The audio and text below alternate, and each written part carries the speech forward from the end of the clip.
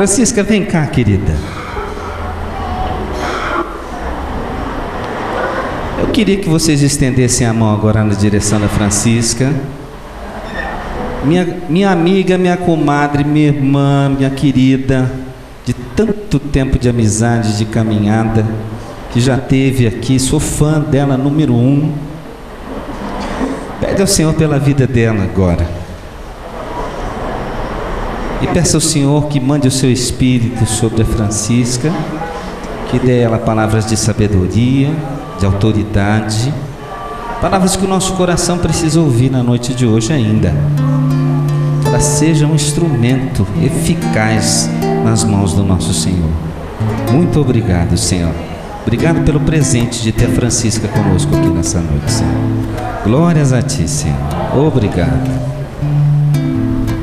Glória a Jesus. Nós vamos fazer o seguinte: nós vamos hoje fazer um momento de reflexão e oração, porque estamos em tempo de advento. E advento é tempo de preparação.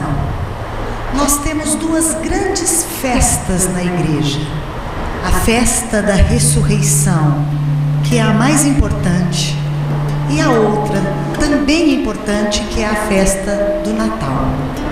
Porém, antes dessas festas, a igreja estabelece um tempo de preparação. E nós estamos vivendo este tempo. É um tempo de espera. E por isso, o momento da reflexão e da oração. Só que para a gente não ler a palavra, eu vou propor que a gente cante a palavra já em clima de oração. Para quem quiser acompanhar, nós vamos pensar hoje e rezar hoje sobre o Salmo 138, 139, dependendo da tradução da Bíblia. Mas nós vamos cantar agora este salmo e depois nós vamos pensar e rezar com ele. Vamos lá? Tu me conheces quando estou sentado, tu me conheces quando estou de pé, vês claramente quando estou andando, quando repouso tu também me vês. Se pelas costas sinto que me abranges, também de frente sei que me persegues, para ficar longe do teu Espírito. E farei aonde irei, não sei. Olha aí. Para onde irei? Para onde fugirei? Se subo ao céu, se me prostro num abismo, eu te encontro lá. Para onde irei? Para onde fugirei? Se estás no alto da montanha verdejante ou nos confins do mar, se eu disser que as trevas me escondam e que não haja luz onde eu passar, pra ti a noite é clara como o dia, nada se oculta ao teu divino olhar. Tu me tecestes no seio materno e definistes todo o meu viver. As tuas obras são maravilhosas, que maravilha, meu Senhor, sou eu. Para onde irei? Para onde fugirei? No céu, se me prostro no abismo, eu te encontro lá. Para onde irei? Para onde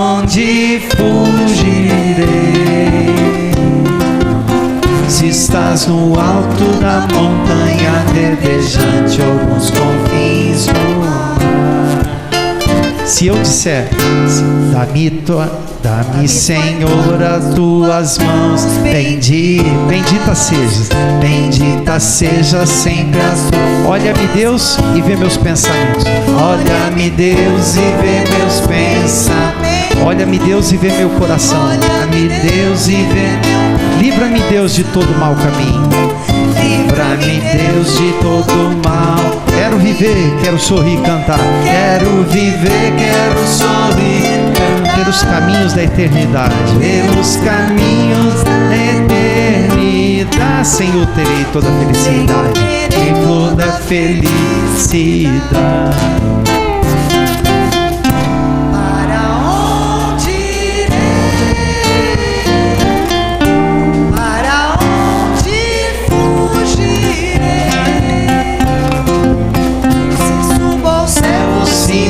Num abismo eu te encontro lá. Para onde irei? Para onde irei? Para onde fugirei? Se estás no alto da montanha verdejante, ou nos confins do mar.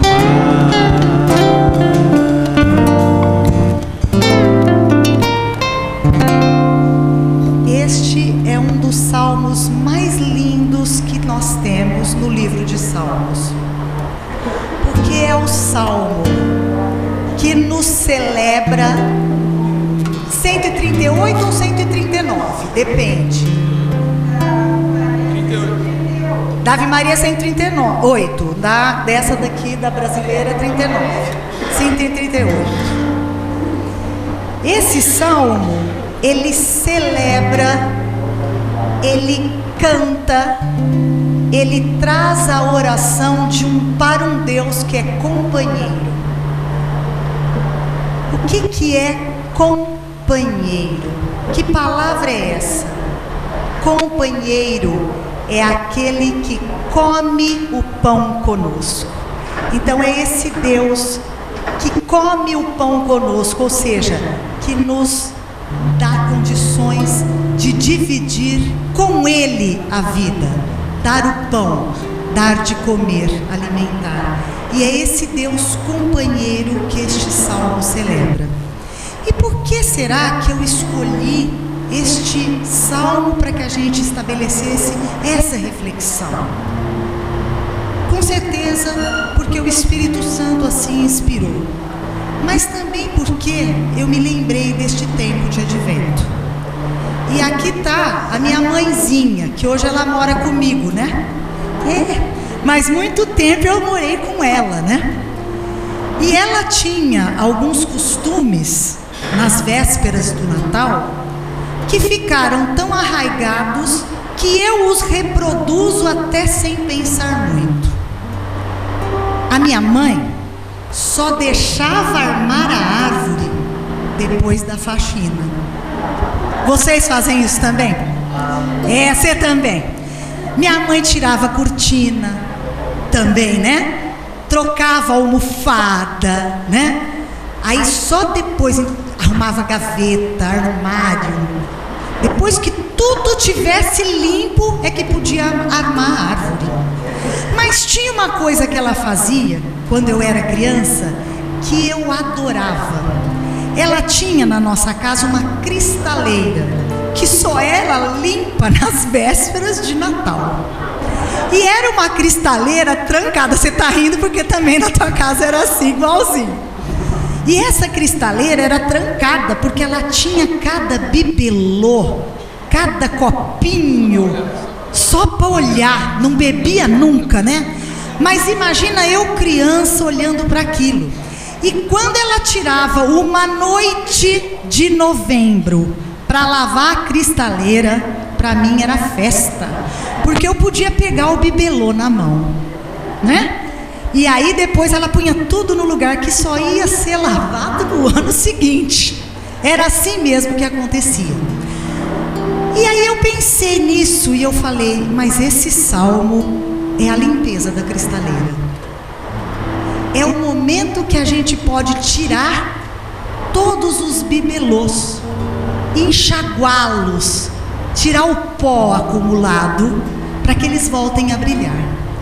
Porque se a gente não consegue fazer sozinho, o Espírito Santo é que vem nos sondar e nos dar a conhecer aonde estão as sujeiras, aonde estão a poeira, o mau cheiro, o bolor, o insetinho que morreu, que impede a cristaleira de brilhar com todo o potencial do seu brilho.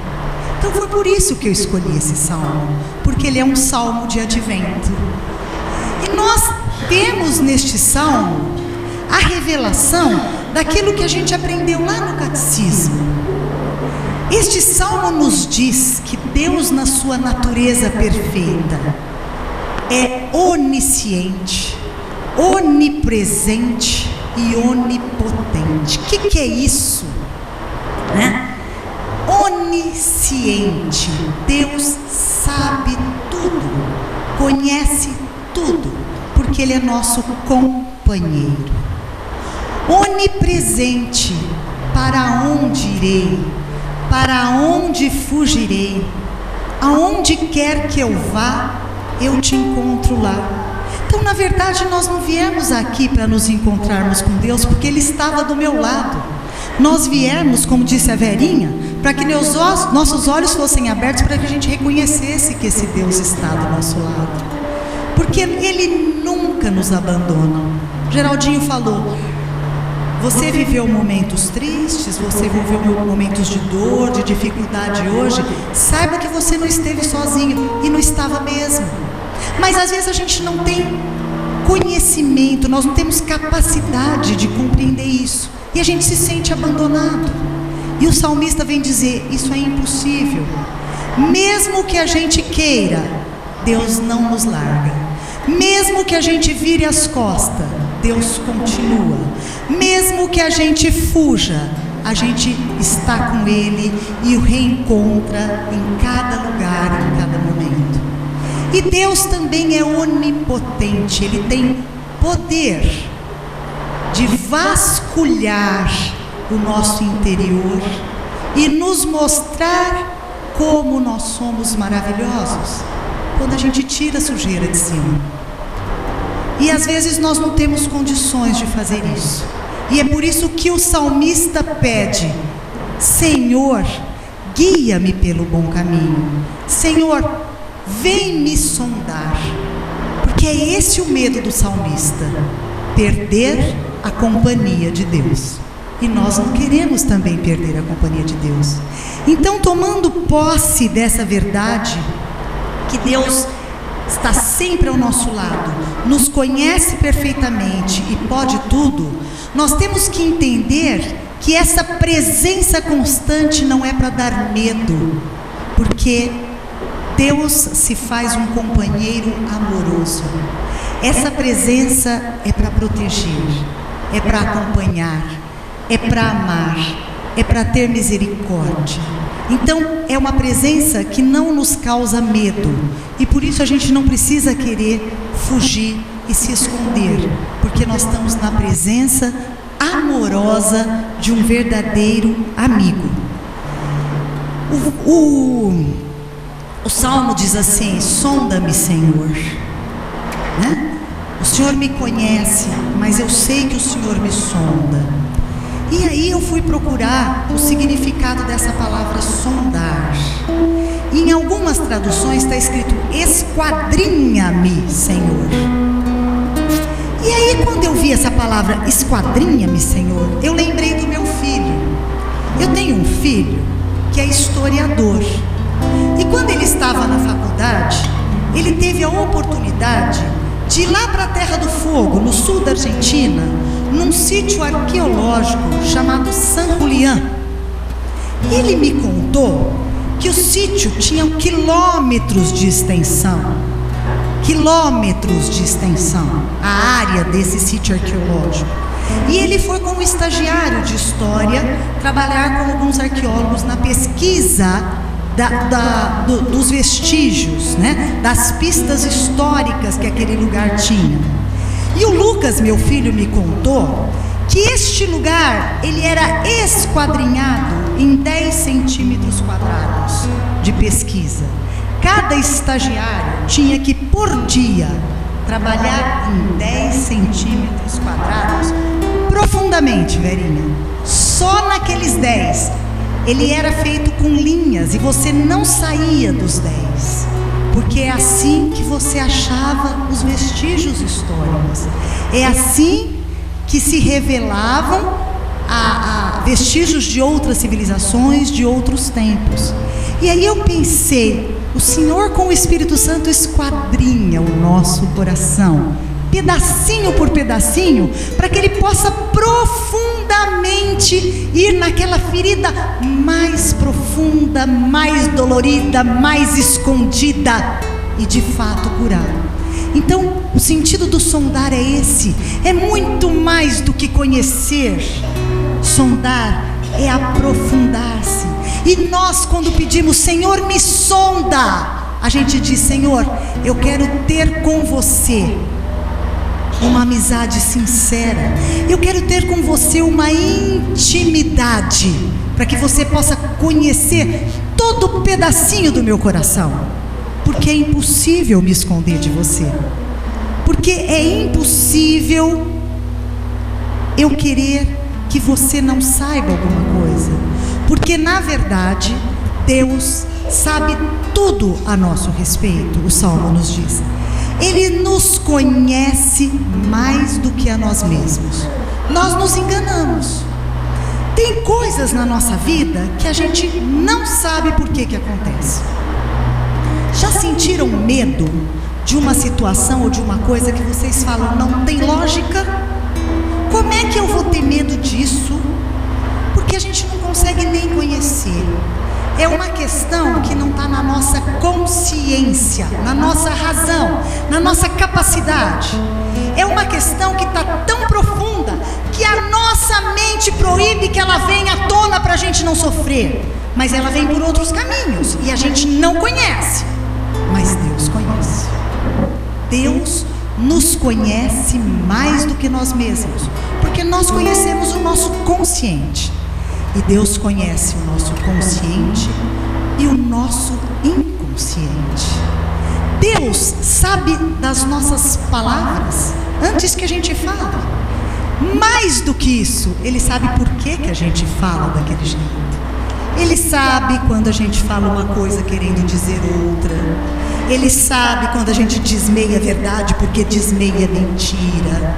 Ele sabe quando a gente fala só para bajular. Ele sabe quando a gente usa de ironia, mas Ele também sabe quando a gente é sincero. E aí é bom, sabe por quê? Às vezes a gente faz alguma coisa com a maior boa intenção, com a maior sinceridade, e é mal compreendido, e a gente chora, e a gente sofre porque a gente sofreu uma injustiça. E aí nessa hora, a gente só pode contar com Deus, porque só Ele conhece a nossa intenção. Então Deus sabe tudo de mim, muito antes do que eu falo. E no Salmo diz assim: você conhece as minhas ações, porque sabe quando eu me deito, quando eu me levanto, quando eu ando, quando eu descanso. Sabe todos os meus pensamentos e penetra nesses pensamentos. E sabe, Senhor, toda a palavra que ainda nem chegou na minha língua. Então, a primeira verdade desse salmo é essa onisciência. Não dá para brincar de esconde-esconde com Deus. Ele nos acha sempre, porque Ele nos criou por amor, e porque Ele tem uma natureza de amor, e porque quer ser nosso companheiro para sempre. Então Deus está do nosso lado e nos conhece. E nós, gente, nós temos uma visão muito limitada, extremamente limitada. A nossa própria visão natural, orgânica, física do corpo. Por exemplo, a gente olha para o mundo e a gente vê e nomeia várias cores. Quem disse para vocês que essas são as cores do mundo? A abelha vê outros tons e consegue reconhecer luzes e sombras que nós não reconhecemos. Quem disse que somos nós que conhecemos o mundo? Se a nossa própria visão corporal, física é limitada, calcula a nossa visão espiritual. Nós não conseguimos saber muito das coisas, e por isso que nós precisamos do conhecimento de Deus. É por isso que nós precisamos deste companheiro que nos conhece mais do que nós mesmos, porque senão nós só vamos fazer coisas limitadas, erradas. Então nós precisamos pedir que o Senhor venha até nós, para que a gente possa conhecer as coisas através dele e poder acertar mais, né? Não olhar só no limite da nossa possibilidade. E o interessante disso é que o nosso conhecimento é tão limitado que quando a gente olha para esse conhecimento ilimitado de Deus, que não se surpreende com o nosso mau caráter, a gente não entende. E o salmista diz assim: Senhor eterno, esse conhecimento é tão maravilhoso que eu não dou conta de compreender. Como é que você conhece? E você falou, Francisca, que Deus não se surpreende ao ver as situações de mau caratismo? Sabe por quê? Sabe quando a gente revela o nosso caráter? Quando a gente faz as coisas que ninguém está olhando. A hora que eu falo assim, ninguém está olhando mesmo, é nessa hora que eu tenho que ver onde é que estão os meus fundamentos, onde é que estão os meus valores. E é nessa hora que a gente derrapa, porque a gente não tem o juízo do outro, a gente não tem o olhar do outro que nos intimida, que de certa forma nos freia. Mas nós temos o olhar de Deus, que não vai condenar. É um olhar de amor, é um olhar de companheirismo. Então, pois não. Tem um Uno prata EVJ 5456, por favor. Ele está atrapalhando a circulação aqui e um dos freios está precisando sair. E por favor, vá até lá. Obrigado. Desculpa, Fran. Ok, portanto, Deus não está do nosso lado para nos condenar, para nos acusar, para apontar os erros. E é engraçado, porque a gente, quando faz alguma coisa que sabe que desagradou Deus, a gente se envergonha. E é uma tolice pura, porque Ele já viu, já sabe, já esperava e já perdoou. É só a gente reconhecer. Então não precisa ter vergonha de Deus. E não precisa ter vergonha de fazer nada diante de Deus. Se você que está no banheiro quiser rezar, reza. Se você está tomando banho e quer rezar, reza. Se você está... Nada se esconde de Deus, nada. E é isso que nós precisamos aprender. Que Ele está do nosso lado para nos amparar, para nos fortalecer, para nos perdoar, para fazer que a gente siga adiante. E essa onipresença de Deus pode ser compreendida em 4 dimensões. Vamos entender isso. A gente pode dizer que Deus está conosco, do nosso lado, numa dimensão espiritual, emocional, física e material. Vocês querem ver uma coisa? Vamos pensar num alto da montanha e no fundo do abismo, propondo a seguinte metáfora. O alto da montanha é um momento bacana, que a gente está bem, que a gente gostou, que tem satisfação, que tem alegria. E o fundo lá do abismo é aquele momento de tristeza, de perda, de dor, de dificuldade. Vamos pensar assim. Então vamos lá.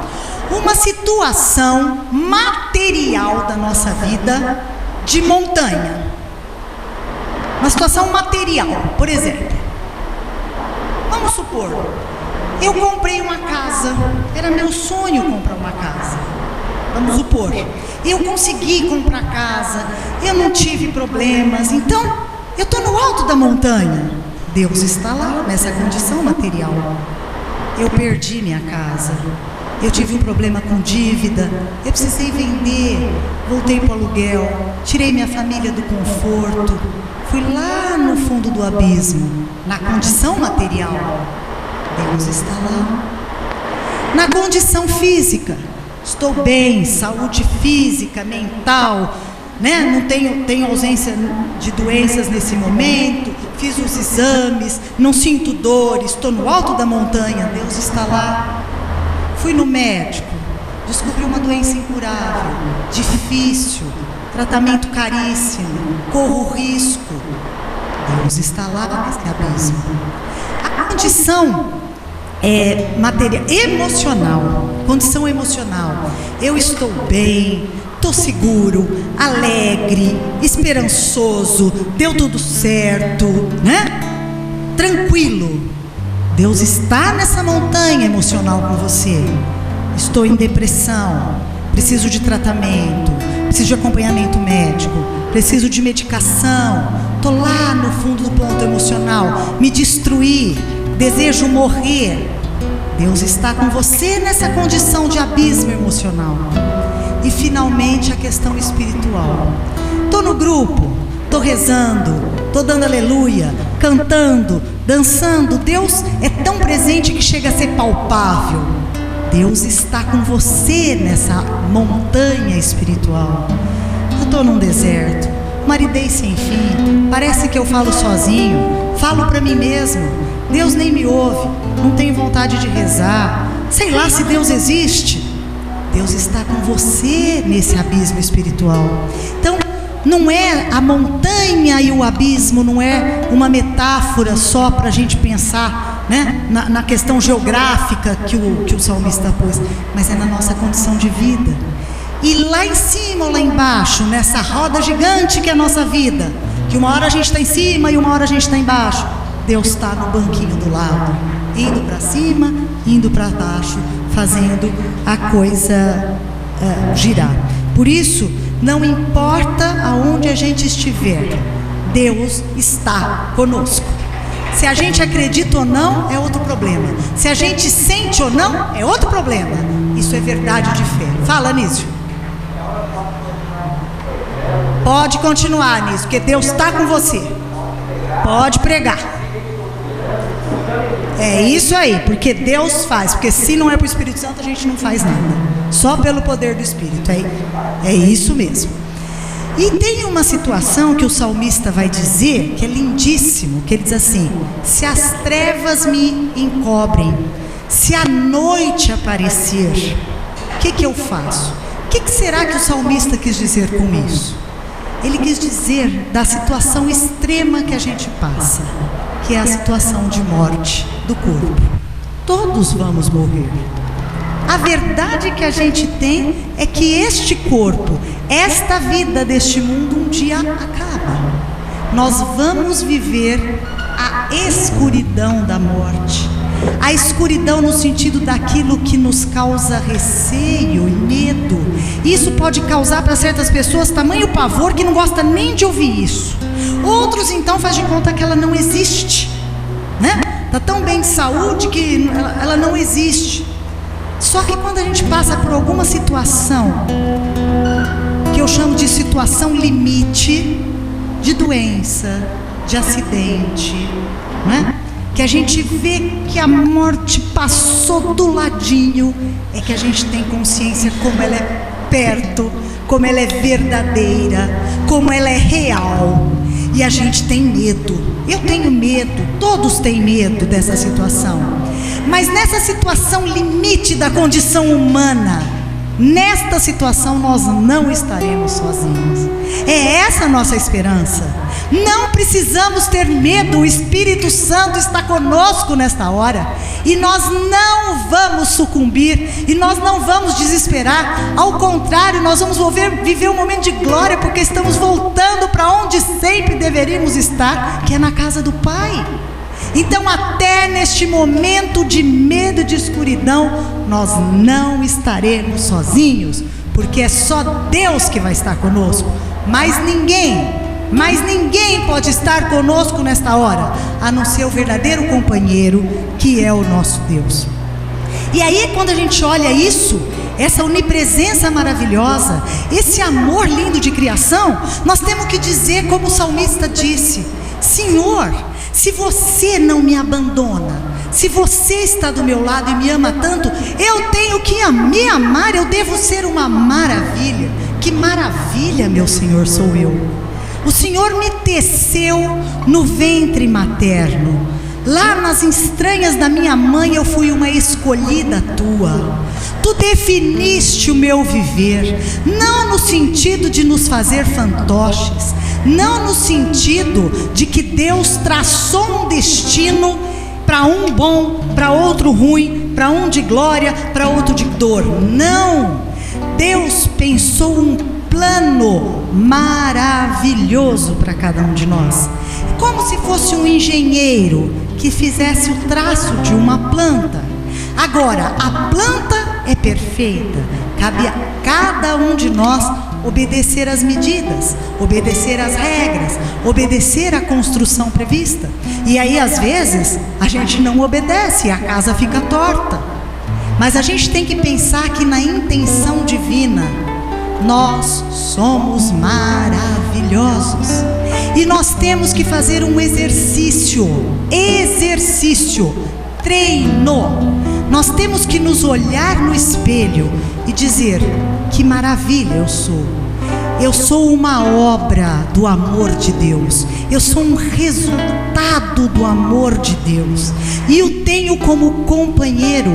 Por isso, eu tenho um companheiro que me ama e me aceita, apesar de conhecer todos os meus defeitos, os meus deslizes. E por isso eu sou muito feliz, porque este companheiro não me deixa. Então eu sou maravilhoso por isso. E eu te louvo, Senhor, pela minha vida, porque eu devo ser muito maravilhosa por ter sido escolhida por você.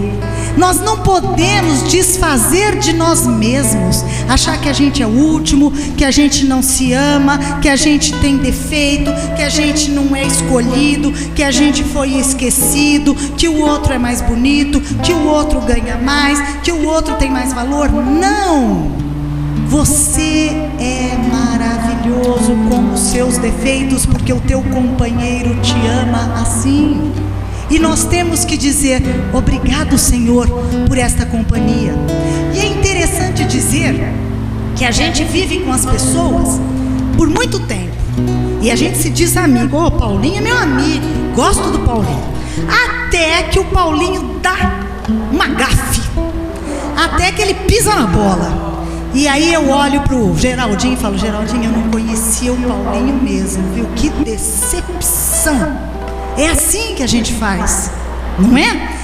Tudo aquilo que a pessoa teve de bom desmorona, como se apagasse. Só ressalta aquela pisada na bola. E não é assim que Deus faz. Ele vê a nossa pisada na bola e vê o nosso coração arrependido, passa a mão na cabeça, põe a mão no nosso ombro e fala: vamos continuar, companheiro. E é assim que a gente tem que fazer, continuar com este companheiro. E depois, gente, no final, o salmista, ele vai dizer assim: olha, eu tomo conhecimento disso, mas eu não tenho poder para isso. Eu não consigo sozinho enxergar os meus defeitos. E eu não quero mais decepcionar tanto o meu companheiro. Eu quero ser um companheiro melhor. Mas eu não dou conta de enxergar isso. E eu peço ao Senhor que me sonda, que me esquadrinhe, me revele os pecados, para que eu seja conduzido pelo caminho do bem. É assim que termina o salmo. Então, é esta a revelação: Senhor, eu sou pecador, eu estou em dor, eu estou sofrendo, eu me distancio, eu faço aquilo que não quero, e aquilo que eu quero, que é bom, eu não consigo fazer. Senhor, me sonda, me mostra aonde eu estou errando, para eu ser um companheiro melhor, porque eu quero viver essa intimidade com você. Eu quero dar as mãos com você e caminhar juntos. Então eu peço ajuda. Eu peço que o Senhor me sonda para minha purificação. Eu peço que o Senhor me sonda para que possa minha santificação. Eu peço que o Senhor me sonda para que eu busque a perfeição. Eu preciso meditar, Senhor, sobre a Tua onipresença, sobre a Tua onisciência, mas sobretudo sobre a Tua onipotência. Você tem poder de vir sondar-me. Então vem, Senhor. E aí, voltando para o começo da nossa reflexão, vem abrir as portas desta cristaleira. Vem, Senhor, vem retirar os cristais empoeirados para que possam ser lavados, para que recuperem o brilho nesse tempo de Natal. Nós vamos cantar agora e nós vamos orar, pedindo como o salmista: você me conhece, Senhor, mas apesar de me conhecer, Tu me amas, Senhor, e por isso eu sou maravilhoso e dou glórias a Ti, por esta minha vida e por esse meu tempo. Senhor, eu sei que Tu me sondas. Fecha o olho, fala com o Senhor. Sei também que me conheces. Se me assento, me levanto,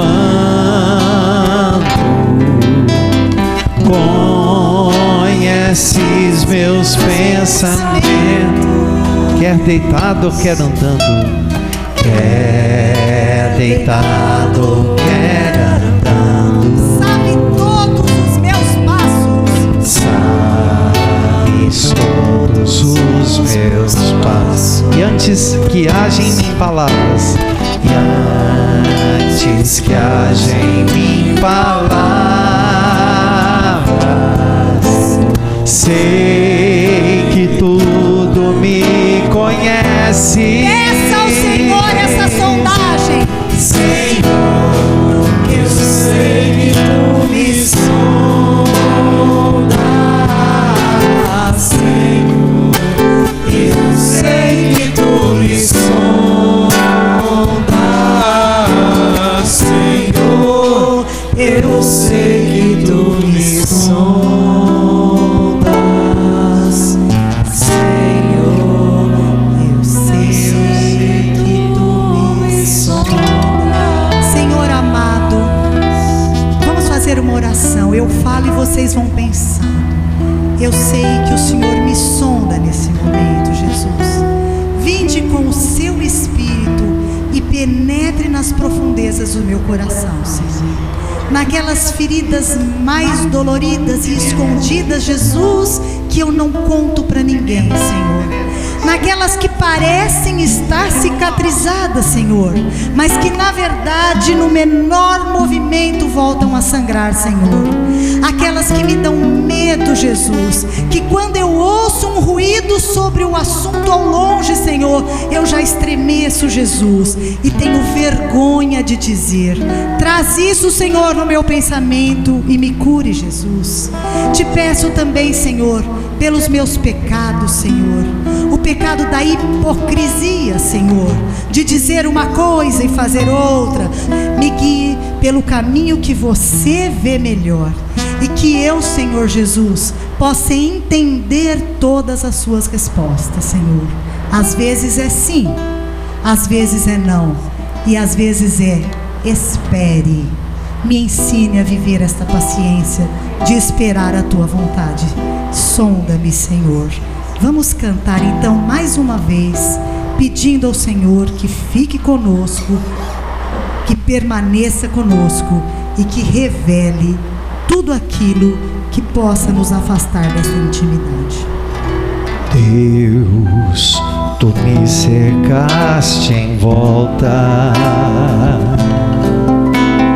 Tuas mãos em mim repousam. Tal ciência é grandiosa, Deus está te abraçando como um amigo fiel, um companheiro inseparável. Não alcanço de tão alta. Se eu subo até o céu, Se eu subo até o céu, sei que ali também te encontro. Sei que ali também te encontro. Se no abismo está minha alma, se no abismo está minha alma, sei que também me ama, sei que aí também me amas, Senhor. Eu sei que tu me amas, Senhor. Eu sei que tu me amas. Tome posse do amor de Deus na sua vida. Eu sei que tu Viva me o amor de Deus na sua vida. Senhor, eu sei que tu me amas. Senhor, sondas, eu sei que tu me sondas. Senhor, eu sei que tu me sondas. Senhor, eu sei que tu me sondas, Senhor. Eu sei que tu me sondas.